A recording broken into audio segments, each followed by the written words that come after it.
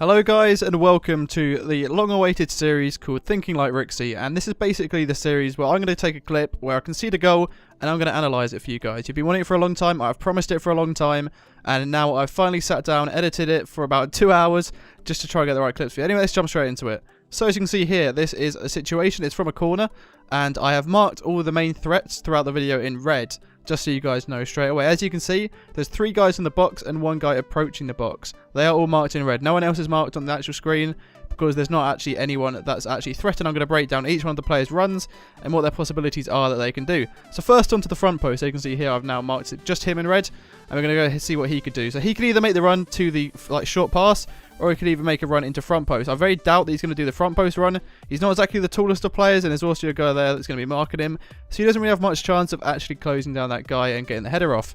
But he could possibly make the run to the short, get the ball, and then whip it back in. You don't really know until the actual play is made. But he looks like he could be starting to make a run by his body position, but we don't know yet. But let's go on to the second guy. So the second guy here, as you can see, is in the middle. He's about probably 6'1", 6'2". He's a big defender. He needs to be marked. These are the 2 things that he could be doing. He could either be going into the space, into the middle / back post, or he can be making the run into the front post as well. Any player at any given time can make the run front post, depending which one wants to. But a defender like this is most likely going to be staying in the middle, ready for that big header. As you can see, like I said, you can either go to the middle where there's a massive gap where nobody's marking, or he could either go to the short. I doubt he'll go to the short, but he could possibly go to the middle. But the third guy, the guy just here marked, he's actually being pushed by Mike's.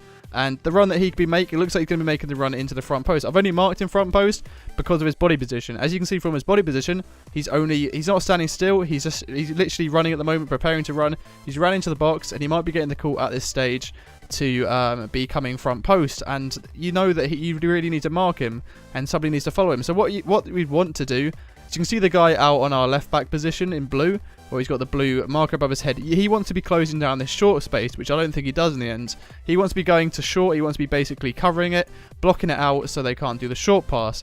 But let's move on to the last threat that we can see in this area. So he's outside the box. He's made the run from the back position. He could be one of the smaller left backs or right backs or something like that. He could either make the run front post either, or he could come short to about the semicircle. And when he's at the semicircle, he could either pull off a shot or he could pull off a pass, depending on what the team want him to do. So either the most likely things they're going to be doing is the small guy at front post running front post or short, or it could be the guy that is at the penalty spot.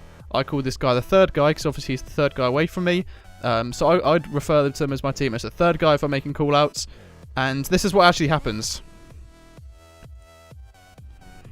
So go ahead and pause this bit right now. So the guy's picked up the ball at the edge of the box, and I've actually made an arrow where you guys can see all passes and what I think are passes they're going to make are marked in yellow, so you can show the different possibilities. So as you can see, I think his name's Chaos or something, I can't really see, I can't really make it out at the moment. He's picked up the ball, he's got absolutely acres of space, he hasn't been closed down by our guy in the blue triangle.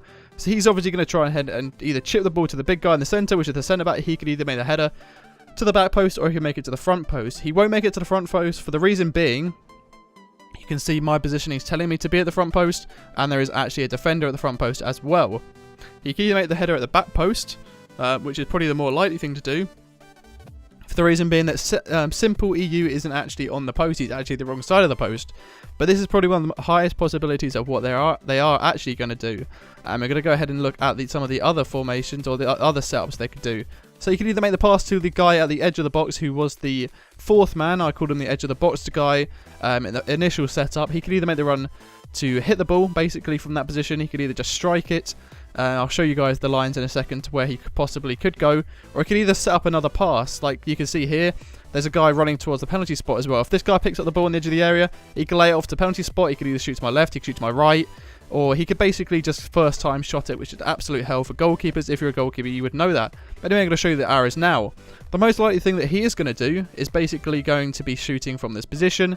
We know that first time shots away from you are an absolute bitch to save. Sorry for swearing, but that's what is true. It's an absolute bitch to save. Same with headers as well. So that's why corners are such a big deal and are such a big thing to practice as a team. You really, really need to get it down to par. You really need to make sure your team is good at corners, and whether it be attacking, whether it be defending. And we'll see why in a second as well when I play the next bit of clip. So here we go. He actually chips into the middle. As you can see now, I've marked the guy in red, which they've actually gone to. And as you can see as well, a big thing about goalkeeping, the red circle around his feet. people say they don't know when the people are going to shoot. When you see this red circle around their feet, that's when they're actually going to shoot, just so you know in the future. This is where he's probably going to go. As you can see from his body position, he's got his left shoulder slightly lower. His right shoulder's behind him, meaning he's not going to shoot towards the front post. He's going to be heading it towards the back post. And you can see I've marked simple EU in purple or pink now. He should be on the inside of the post. He should be marking my post. As you can see the guy at front post perfectly marking. Let's see what happens. There we go. As expected, he headed it back post. Simple EU was out of position. I'm not one to blame my defenders, but at that point, I felt like he should have probably been in that area to pick up the header or pick up the pass. Whatever he wants to do, just clearing it either way. But hopefully you guys enjoyed the first analytic video. I'll see you in the next one. Thanks for watching. Enjoy.